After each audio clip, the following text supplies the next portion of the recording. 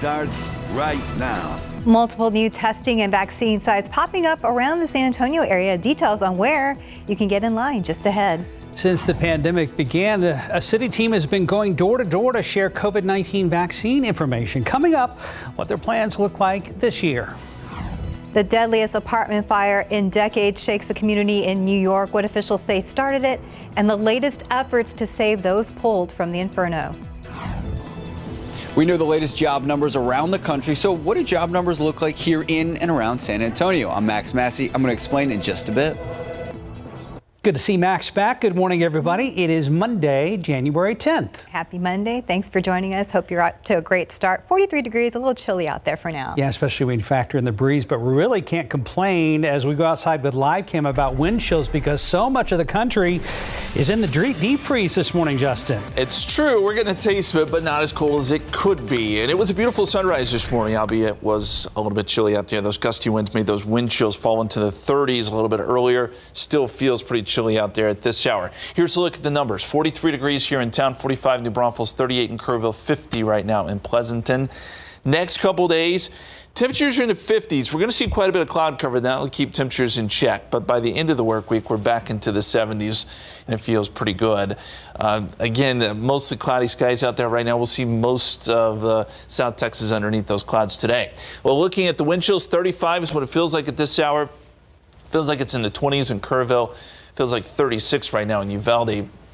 And the satellite picture shows those high-level clouds moving through. So we will see some sun from time to time, but probably more clouds than sun today. Pollen count is in. Mountain Cedars in the high category. It's at 4,820. Molds are moderate at 860. In your forecast, we'll take it up to about 57 this afternoon. Northeasterly winds will stay fairly breezy, especially during the first half of the day, and then dying down some tonight. A couple sprinkles tomorrow, and again some warmer temperatures by the end of the work week. We'll take a look at that forecast coming up in just a few minutes, guys. Thank you, Justin. Taking a look out with TransGuide, you can see there was a grass fire there earlier at Loop 410 and Somerset Road, but it looks like things are under control. Here is today's 9 at 9. Hospitals in New York are still working to save the lives of multiple people hurt during an apartment fire in the Bronx. 19 people died, including 9 children. As many as 13 people are in critical condition, some struggling with smoke inhalation, others severely burned. Representatives from the U.S. are set to meet with Russia today. The main topic of conversation will be the Russian threat of invading Ukraine. Other topics include arms control and cybercrime. Students in Chicago are out of school for a 4th day today as a dispute between Chicago city leaders and the teachers union stretches into week 2. Teachers argue that it's unsafe to return to classrooms and are demanding virtual learning, but the city says that's not an option. The COVID Omicron surge sweeping across the country is now at new record levels. The U.S. is reporting an average of just under 700,000 positive cases of the virus daily. More than 138,000 Americans are in the hospital fighting the virus. Health experts predict the surge will peak soon. The U.S. Supreme Court has still not made a decision on President Biden's vaccine mandate for workers at large private businesses. The U.S. Supreme Court began reviewing arguments late last week. The mandate requires businesses to make employees get vaccinated or have weekly COVID testing. The rule is set to take effect today. With the Omicron coronavirus variant sweeping across the country, American workers with no paid sick days have to decide whether to stay home when they have symptoms or collect a paycheck. Companies like Trader Joe's and Walmart scaling back pandemic-related sick leave policies, with labor shortages adding to the pressure on workers to show up sick. The Australian courts have quashed the government's decision to cancel tennis superstar Novak Djokovic's visa and have ordered his immediate release from his hotel quarantine. The ruling came down overnight. Djokovic will get to play in the Australia Open. Beloved actor and comedian Bob Saget has died. His manager says deputies were responding to a call when they found Saget at a room at the Ritz-Carlton Orlando. Authorities say there were no signs of foul play or drug use. He was 65 years old. Number 1 Alabama is vying for another college football championship. They take on number 3 Georgia tonight. Crimson Tide has won 6 championships over the past 14 years. The game will take place in Indianapolis. Kickoff is set for 7 tonight. And that's today's 9 at 9. Well, there is a long line of people outside the Bexar County Jail right now. They're not there for visiting hours. They're there for a COVID vaccination drive. This is the second one put on by the Bexar County Sheriff's Office. One last week also drew a large crowd. Katrina Weber is there with a live report. And Katrina, do those long lines mean there's also a long wait? Well, people here tell me that it's the wait isn't bad, and that's relatively speaking. Though, if you look at this line, it starts here inside the gates, but then it goes all the way down the street there. Now, this is a drive-through event, so there's no need for anyone to get out of their cars. All they have to do is roll up here and then roll up their sleeves. Well, in addition to vaccines and boosters, COVID testing also is being offered. This drive started at 6:30 this morning, but there were people lined up here outside the jail before the gates opened. One woman told me she got here as early as 5 this morning. Now, the vaccines and boosters are only being offered to people who are 12 and older.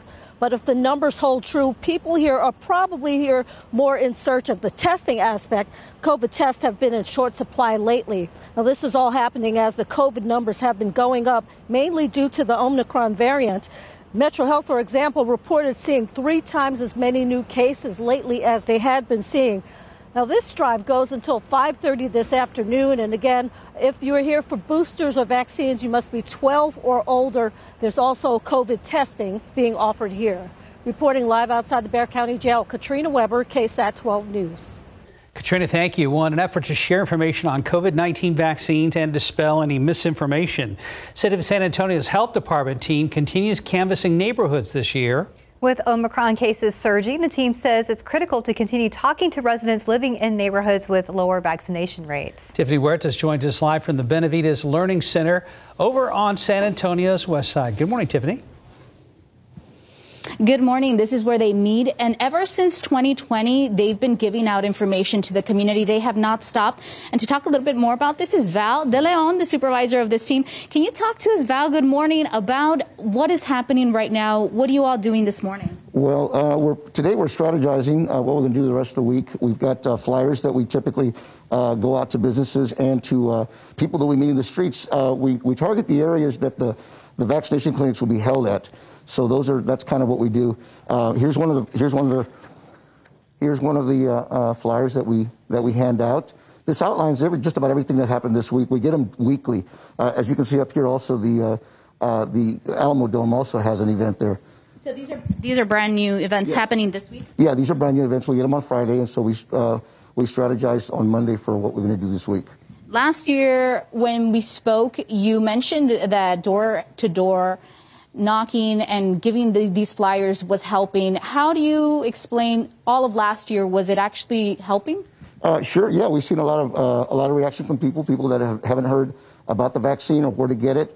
That's probably one of the most common things we get from people is that we don't know where to get the vaccine, or we don't know how to get there, or whatever. So that's what we've seen in the past.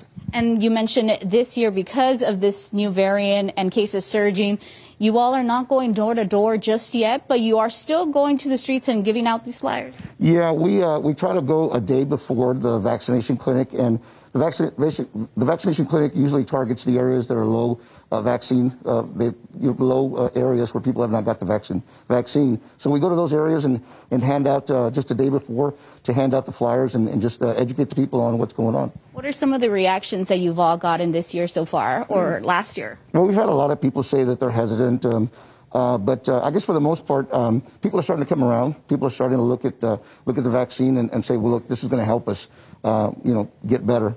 This is important work that you all are doing. So thank you so much for sharing this information with us. We're going to have more on this on our noon show. Back to you guys in the studio. Thank you, Tiffany. And the Carrizo Springs School District is temporarily closing its campuses and facilities this entire week due to COVID-19 precautions. Carrizo Springs, southwest of San Antonio. Authorities say it's for the sake of public health and safety. CISD will return on Tuesday, the 18th. Students have Monday, the 17th off for MLK Day. Any other updates the district might have will be delivered via email, phone, or by the schools, on the school's website. The city of San Antonio wants to prepare you for some test result delays this week, and this is due to the increase in demand along with severe weather that has impacted testing labs the city uses. City officials say results can take up to 3 days, and here are the locations of the new sites. You can also scan that QR code on your screen with your phone, which will take you to the online list. Yates Community Center will open on Tuesday, Melendres Community Center opens on Wednesday, and Copernicus Community Center will open on Thursday. All 3 locations will be in operation Monday through Friday from 8 a.m. to 6 p.m. Time right now, 9:08, about 43 degrees. Still ahead on GMSA at 9. Will Hamilton continue at the Majestic Theater downtown? Shows were canceled over the weekend. RJ Marcus has the latest and a look at what other stories are trending on KSAT.com. But first, a Texas teacher facing felony charges after allegedly putting her 13-year-old son in the trunk of her car. Her reasoning coming up in morning headlines. In morning headlines, we'll tell you how that deadly fire started at an apartment building in the Bronx, New York. And the latest on a teacher putting her own son in the trunk of her car. In reaction to the death of comedian and actor Bob Saget, and a sea lion is rescued again. This dude seems to wander all over the place in Southern California. He's out checking things out. Can't say that I blame him. We'll have that for you in just a second. Let's start with this. People now trying to deal with the aftermath of that deadly apartment fire at a high-rise in the Bronx yesterday. More than a dozen people were killed and a dozen more injured. About half of those were children. One of the reasons so many people were caught in the building and firefighters had such a hard time battling the blaze was the smoke was so thick. The fire chief has already declared that the fire started because of a malfunctioning space heater. The heater was in the bedroom of one of the apartments, and when the fire started, the door to the apartment and door to a stairwell left open, and that allowed the smoke to spread all over the building. According to the fire chief, most of the injuries came from smoke inhalation. Members found victims on every floor in stairwells, and we're taking them out in cardiac and respiratory arrest. This is truly a tragedy, not only for the Bronx, our city. This is going to be one of the worst fires in our history. Several of the victims were from the small African nation of Gambia. Over the weekend, news of one of the more bizarre COVID stories we have heard. That is Sarah Beam. She is a 10th grade English teacher at Cypress Fairbanks ISD outside of Houston, and she is a mom. She has been arrested, and according to documents, she is being charged with felony child endangerment. Sarah is accused of putting her 13-year-old son in the trunk of her car and taking him to a COVID testing site last Monday. She told the workers there at the site that he might have been infected, and she put him in the trunk to keep herself from being exposed. When she opened the trunk at the site, the workers got him out and called 911. Friday night, deputies went to her house looking for her. They left the house without her then, but Saturday they found her and arrested her. Residents around Houston thought her behavior was pretty much off since she is a teacher. She's a teacher. I'd rip her license from her in 5 minutes. That's not caring for children. I don't sympathize with that at all. I wouldn't jeopardize my health for my children. I would have all my children right in front of me in my car. If I got it, I got it. If I didn't, I didn't. My kids would come first. Beam is out of jail after she posted a $1,500 bond. She is also on leave from her teaching job. Family, friends, and fans still in shock after that sudden passing of actor and comedian Bob Saget. Saget passed away yesterday at his hotel in the Ritz-Carlton in Orlando. No sign of foul play or drugs. Saget was a prominent figure on TV for years as a father on Full House and then the host of America's Funniest Home Videos. Sort of touched everybody in my generation, my siblings, my cousins, all of my friends growing up. I'm from Southern California, but I think it was sort of raised a generation throughout the country. Just hours before he died, he had performed on a stage in Jacksonville and posted on Twitter how much he enjoyed it and even posted upcoming dates. We have more about Saget on our website, including more reaction to his death on KSAT.com. And finally, how about a little good news today? You're looking at a wandering sea lion of Southern California.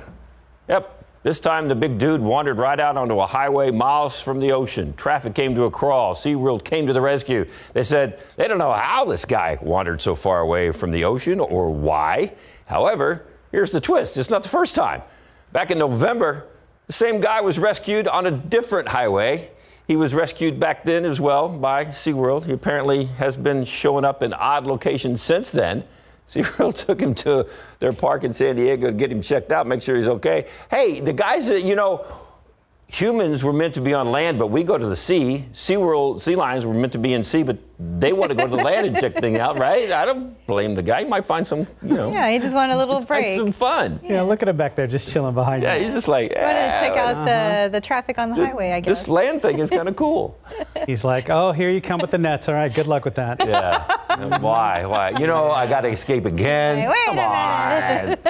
Come on, Okay. poor guy. Quick work of that. Well, hopefully he's going to be Checking things okay. out. Yeah. All right. All right. Thank you, David. See you in a bit. Justin's here with a look ahead to the forecast, and we were talking about this earlier this morning with Mike Osterhage about we're still in desperately need of some significant rainfall around here. You know, we did so well in the month of October, but that seems like a distant memory now. You look back at the last 5 months, October was good to us. We had 6.58 inches of rain, but since October 27th, we've only had 2.33, at least at the airport. So the last 3 months have been well below average and dry. Yes, we could use some rain. There is not much in the forecast, unfortunately. In fact, very little, if at all, in the forecast. So we're going to continue our dry pattern here as we go throughout the rest of January, it looks like. And we look at the time lapse this morning. Some cloud cover early, some of those wavy clouds. It looks pretty cool, right? And then we saw some high clouds move in, and temperatures now 43 degrees. We've got mostly cloudy skies. We're going to see some on and off high cloudiness today, and that's going to keep temperatures in check a little bit. We're also watching those winds. North-northeasterly at about 16 miles per hour, and they have been gusty from time to time. Winds will lighten up a little bit as we get into the afternoon, but still somewhat breezy. You see the clouds moving through, a lot of them, but these are those high clouds, so they'll scour out the sun from time to time, and then we'll see some patches of blue sky perhaps. Temperatures right now, 38 degrees Kerrville, 46 in Gonzales, 52 Cotulla, 42 in Uvalde, 50 right now in Del Rio. And there's a look at some of those winds gusting now to 26 miles per hour. At the airport, 26 miles per hour in New Braunfels. And that's why it feels just a little bit colder out there this morning. We do have wind chills. Feels like 35 here in town thanks to those gusty winds. Feels like 28 Fredericksburg, 29 in Kerrville. It'll probably be a jacket type day for most of the day. As far as those wind gusts, they do start to come down a little bit. And I think by the afternoon, we'll start to see those gusts more in the range of 15 to 20. They won't be as strong as they were this morning. And by tonight, those winds really do die down. Here's what we're watching on water vapor. We can see a little bit of a swirl out here over Arizona. That's a little area of low pressure. It is working towards Texas, and that's what's driving in some of these high clouds as well. And as we look a little closer to West Texas, you would think there is some rain and snow coming down. Didn't see many reports of that. The problem is that the air is very dry at the surface, so a lot of this is evaporating before it reaches the ground. And that's going to be the problem with us tomorrow as this system moves a little bit closer to South Texas. Look at these dew points. Right now in the teens and 20s, that is desert dry air. So a lot of that precipitation can't make it to the ground. As we look at the forecast here, it does show that it wants to produce a little bit of shower activity here around San Antonio tomorrow morning. Is it possible we could see a few sprinkles? Sure. But is it going to amount to much? No. And you look north, probably a little better chance of rain. But even around 6 o'clock, does still show a few showers around. Again, I think it probably is just going to be in the form of a couple sprinkles as that system moves through to our north. 55 tomorrow, still fairly cool. 64 Wednesday. By Thursday and Friday, though, we're warming up as we get more sun. Then we get another front on Saturday, and that cools us right back down. 60 on Saturday, gusty winds, and 50s on Sunday. I wish I could tell you we have some measurable good rainfall around here. It's just not in the cards right now, guys. All right, not anytime soon. That's right. Thanks, Justin. Thank you, Justin. Well, Max Massey has a preview of what's next. Max?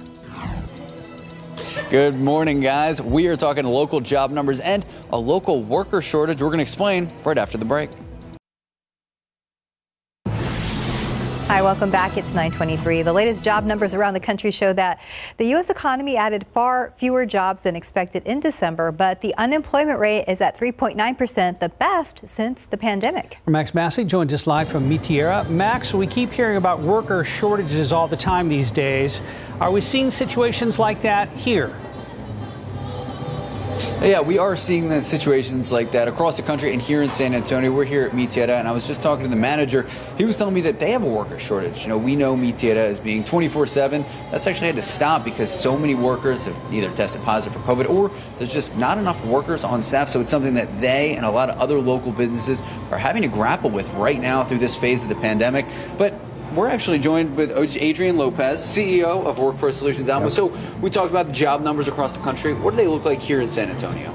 Yeah, so since probably about November of 2020 to November of 2021, we added about 50,000 jobs. Today we have about 46,000 job postings, but we're also seeing, very low unemployment. So we're approximately about 4.1% unemployment. That's as of the November numbers. Okay, so what are these numbers showing? I mean, what does that indicate? It indicates that, we're still sort of growing and we're, producing jobs. So, when we lost 350,000 jobs, we've gained those back and actually have been producing new jobs. What we're seeing is that the labor force is actually growing. So I understand that we do have shortages in some instances in some of the particular industries, but what we see as a good sign is actually our labor force is actually about 30,000 more than when it was pre-pandemic levels. Okay, so more people entering the workforce. Yes. Yeah, so that's a good thing. I mean, we're still living in COVID, so we're still having, issues, obviously, with, positive cases and those types of things. But we would encourage, employers to continue working with us. We have hiring events all the time. And so, we're happy to, continue to work with them to meet these challenges. You guys have a hiring event coming up this week. Yeah, we've got, a hiring event with a local hotel. I believe with Marriott. We also have other events, so we would encourage people to go to our website at workforcesolutionsAlamo.org to keep abreast of all the hiring events that are happening. In addition, today we have free childcare for those people who are wanting to go into the service industry. So folks coming to Mi Tierra or to the Marriott or other types of service industry types, it's free childcare through March of 2023. Fantastic. All right, Mr. Lopez, thank you so much for your time. Thank you. If you guys have any questions about any of that, we're going to have it on KSAT.com. We also have a lot more coming up on the news at noon. Steph, Mark, back to you guys. Thank you, Max. Much more ahead on GMSA at 9. A new episode of KSAT Explains comes out tomorrow and a preview of what to expect. First, RJ has a look at some of the top trending stories on KSAT.com this morning, including which local restaurant made USA Today's top 10 list. And happening right now, the punishment phase for a man found guilty of killing his cousin back in 2020. It took the jury 4.5 hours to convict Edison Karaman of murder on Friday.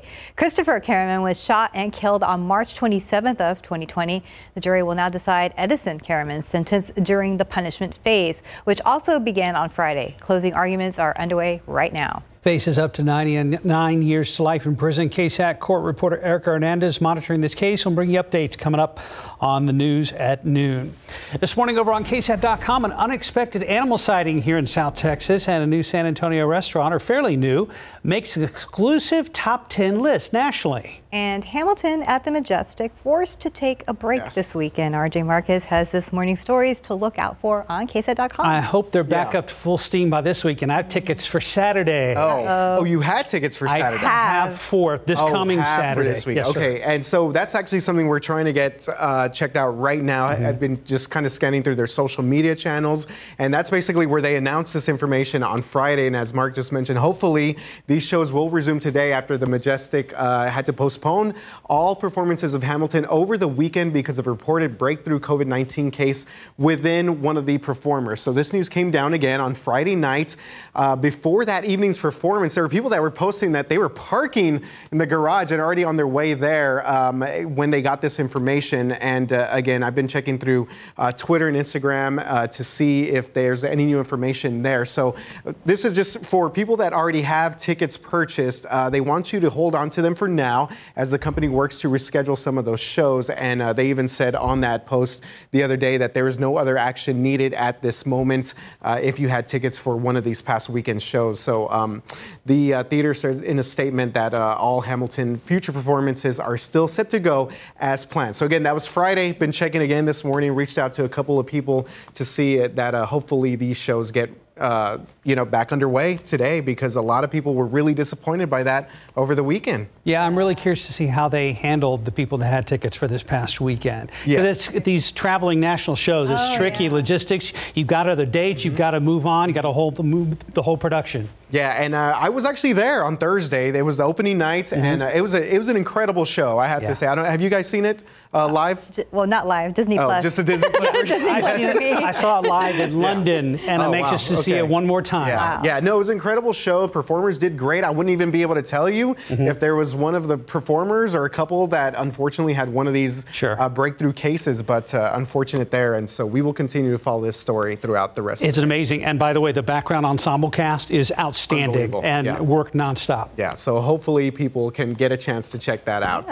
All right, guys, switching gears a little bit here. So it's not an animal. Yeah, definitely not. Something you would expect to see in South Texas.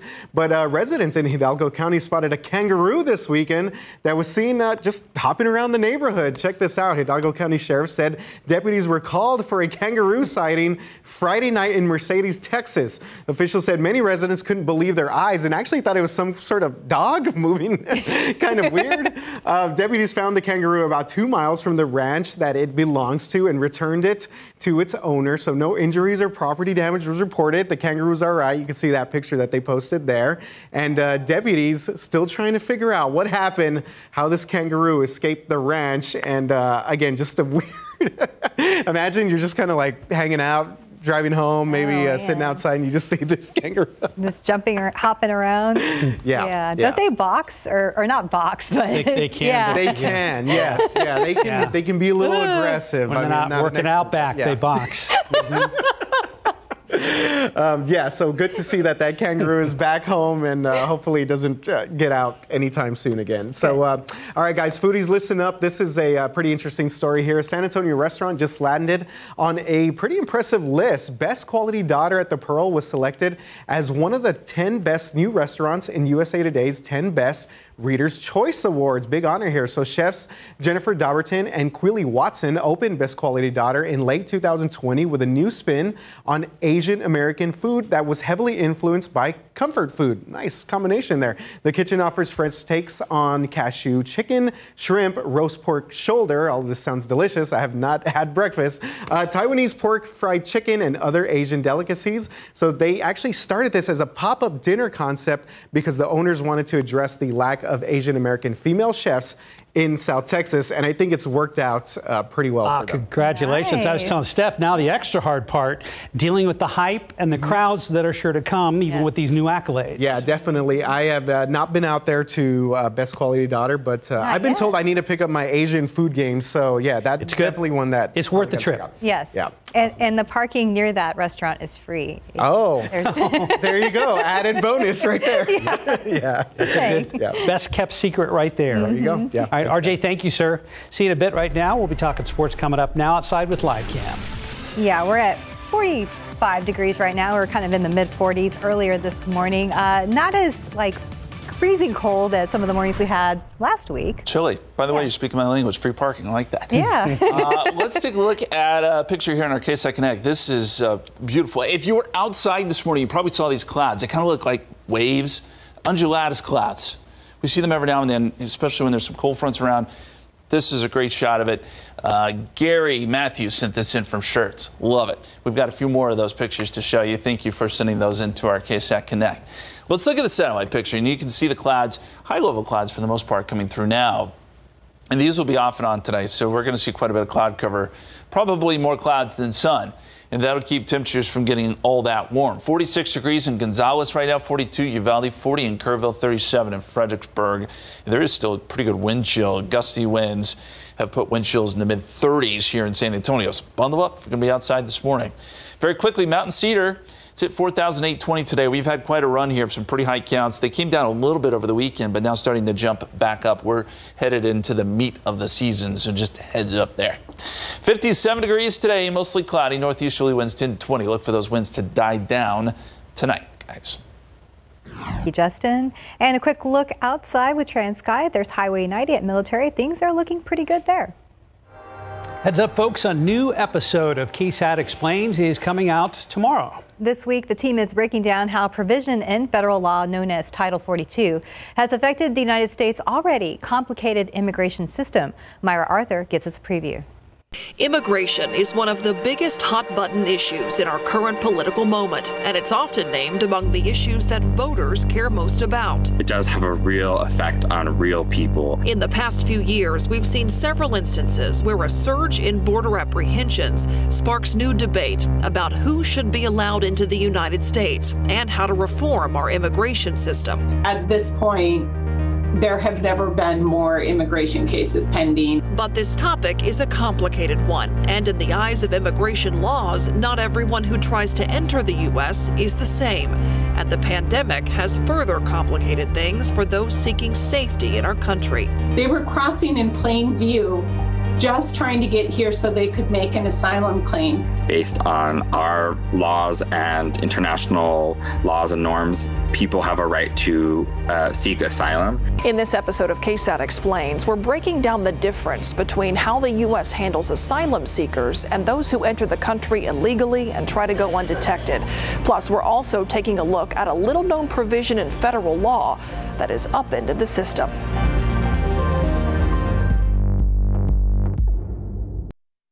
KSAT Explains Seeking Asylum will be available to stream later tomorrow. We'll live stream the episode at 7 p.m. on KSAT.com and on the KSAT Facebook page. Can't watch it live. We're going to post the full video so you can watch it on demand later Tuesday evening. Time check, 9:38, about 45 degrees. That's without the wind. You're watching GMSA at 9. And the Spurs taking another loss. RJ and David will have a recap of the game and your other sports headlines coming up next. Welcome back. It's 9:42 now. Tough weekend for our San Antonio Spurs after back-to-back losses this weekend. And the Cowboys get an old but familiar foe in the first round of the playoffs. David and RJ are back to break down the weekend in sports. Cowboys and 49ers. Ooh, how about some memories on that series? Practically vintage, isn't it? Wow. Nostalgic right there. Yeah. 80s. I mean, obviously, we talk about, you were saying earlier, the Joe Montana highlight. Yeah, how many times are we going to see Joe Montana, Dwight Clark? How many times are we going to see that again? Those were great games in the 80s, and then in the early 90s, they had such a great rivalry. I mean, both those teams were. They play. Well, we'll talk about that in a second. Are we starting with the Spurs? We are starting with the Spurs. Oh, yeah, sorry. Unfortunately.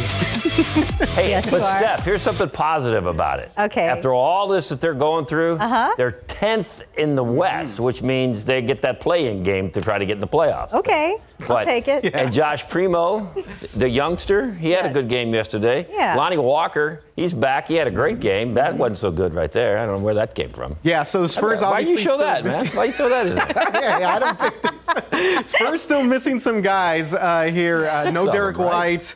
A couple of other guys missing here. Devin Vassell and obviously Keldon Johnson. But you know what? They hung in here because they really, against taking on a pretty good Brooklyn team. Brooklyn had Kevin Durant, James Harden, and of course Patty Mills.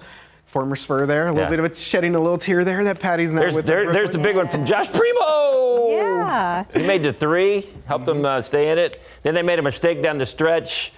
And here's the game. The Nets ended up not making it. Then they went to overtime, and then they made it. And that didn't help. That was the game winner right there. Spurs fall to Brooklyn 121-119. And as David mentioned, Josh Primo actually on Friday night became the youngest player ever in Spurs history to start a game. Yep. And that record broken by Primo, that belonged to Tony Parker. How about that? Really? Yes. And remember the name Devontae Kaycock.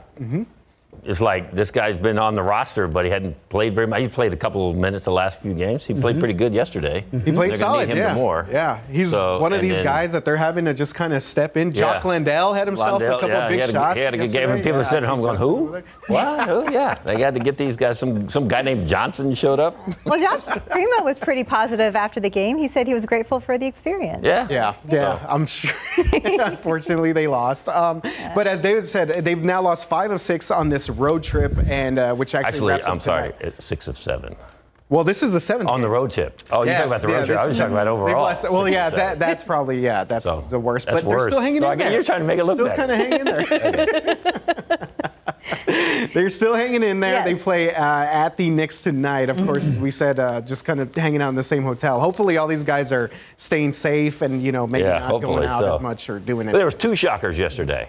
One, the game started in the middle of the afternoon, and I was like, wait, the Spurs. I was looking at my phone, and they're like, oh, the Spurs are on?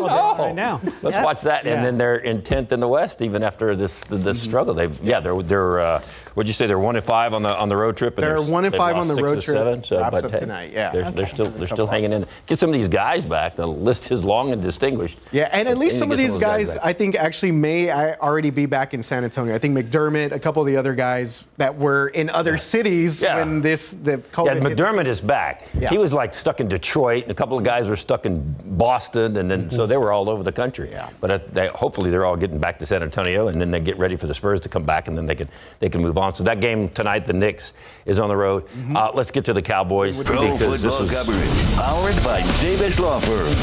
This was big on Saturday night. Dak Prescott, believe it or not, this guy sets a Cowboys record for touchdown passes. Yeah, that's right. Beats Tony Romo's old record. 37 touchdown passes for Dak. He threw 5, a career high there on Saturday night against the Eagles. And there were a lot of people saying, well, why even play Dak Prescott? Why even play some I can tell you why. Because they got to get in some kind of positive groove because this offense is either really good or really bad. You never know what offense is going to show up. You never know what Dak's going to show up, the good or the bad Dak. So, yeah, they needed to work. And I remember Ezekiel Elliott even mentioned the fact that a couple years ago when they got in the playoffs, they didn't play the last game of the regular season. Yep. They didn't play all the starters I'm talking about. They didn't play because they had a bye the first round, and then they got into the playoffs their first game, and they stunk. Lost. Yeah, I think it took forever to get them going. So he wanted to play. They all wanted to play for a while. But remember, when they start setting these records, this is now a 17-game season. Yeah. So I think Ezekiel Elliott had 1,000 yards rushing for the year, but it was 17 games. 17 games, and now we get the San Francisco 49ers, David. We were talking about a lot of nostalgia here. Last time they played, we're talking about this in the newsroom. Deion Sanders, pass interference against Michael Irvin. Last time they played. Cowboys fans probably remember that well. Yes. They played the 95 title game. It was San Francisco and Dallas played 3 years in a row in the NFC Championship game back in the early 90s. Wow. And the Cowboys won the first 2, and they went on to win the Super Bowl. And then they lost the third one, and it was the famous Michael Irvin, Deion Sanders pass interference on Deion that didn't get called. I'm going to have to look it up. I don't remember it. It was an armbar. He was holding Michael Irvin back, and Michael Irvin was trying to run the sidelines to catch. And Aikman threw it to Michael, and Deion had his arm back here and holding him back, and they didn't call it. Can I change the subject real quick here? Sure. There have already been some firings in the NFL today. Oh, yeah. Mike Zimmer's out in Minnesota. Yeah. Black Monday is what they call it here in the NFL. Well, it started on Saturday. The guy from Denver, he probably didn't get back to his office before they fired that guy. Head coach openings in Denver, also in Chicago, Minnesota, and did somebody say Miami as well? Miami is open as well. Yeah. So 4 coaches all over the past 48 hours. Just getting started. Hey, and by the way, we will mention the Texans. A bad turned into a good because they were so bad this year. They get the 3rd pick in the NFL draft. Woo! And they won a couple of games towards the end of the season, so maybe they got a little more. And they played hard. They did play hard. When you go back and you look at the season that they had, the Deshaun Watson mess. I mean, that just that's got to. That's got to work. That just loomed its over them way all into season. the locker room and just mess up a bunch of guys' heads and having to deal with all that over and over again. So they got a couple of good victories, and Davis Mills ended up having a last half of the season wasn't too bad. That's a nice pass. And right they there. may, if they trade Deshaun, a former Texas Tech Red Raider. To throw that in there. Yeah. If they do trade Deshaun, maybe some other first-round picks coming in. So we'll see. So we'll see. Yeah, nothing but blue sky ahead for them. And by the way, the big game of the weekend, Texas Tech beat Kansas in basketball. Oh, you got that in there. That's for sure. We heard. Yeah, we did. We heard. My biggest sympathy this morning is for Colts fans. That was a rough one. Ooh, but you know what? The NFL got what they wanted. They got a 17th week, and they were hoping that something would happen on the 17th week because it did. They were hoping that there would be some important games and not everybody's sitting out and just relaxing. Man, we didn't talk about that weekend. Raiders-Chargers game. That thing could have ended in a tie and just thrown everything for a loop. We're now pulling time away from the weathercast, so we're going to jump right to weather and meteorologist Justin Horn. Oh, sorry, Justin. Hi I apologize. there. I'll make it quick. It's okay. Let's look at this day in weather history real quick. Let's go back to last year. This is just 1 year ago. This was sort of a forgotten storm system. We got some snow here in San Antonio. This was before the big February freeze, okay? Up near Austin, they got like 4 inches. See some of the video there. That was out near I-35 near Buda. You see the snow was, for the most part, north of us. But we did pick up a little bit of snow here in San Antonio, about 2/100ths of an inch. So not much. But anyway, look back at last year. Before the big freeze, we did get a little bit of snow. Here's a look at the time lapse. This morning we had some clouds moving through, some of those undulatus clouds we were talking about. Now we're left with some high clouds out there. So partly to mostly cloudy at the moment. Temperatures at 43 degrees, north-northeasterly winds at about 16 miles per hour. Winds are going to be a little bit gusty. And we're still getting some wind chills because of that. 41 Bernie Stage, 42 Boulevardy, 42 Canyon Lake, 45 in New Braunfels, 51 in Pleasanton, 48 Creosote Springs, 44 right now in Uvalde. And the wind gusts somewhere around 25 miles per hour or so. Winds are still a little bit breezy. That's enough to create that wind chill, as I mentioned. And so the wind gust forecast today, we'll see those winds slowly get a little bit better, gusting to maybe 20 miles per hour this afternoon versus 25, 30 this morning, and then they will die down tonight. There's a look at the wind chill. Feels like 35 if you step outside right now. Feels like 37 in Kerrville, 35 in Austin. So it is definitely chilly for much of the area thanks to that gusty wind. It's also driving in a lot of dry air. Dew points are in the 20s. So that dry desert air is really entrenched across the area. And as the storm system moves in tomorrow, if we had some moisture, we probably could squeeze out some rain, but we just don't have it there. The surface moisture is so dry that anything we see tomorrow is probably going to evaporate before it makes it to the surface.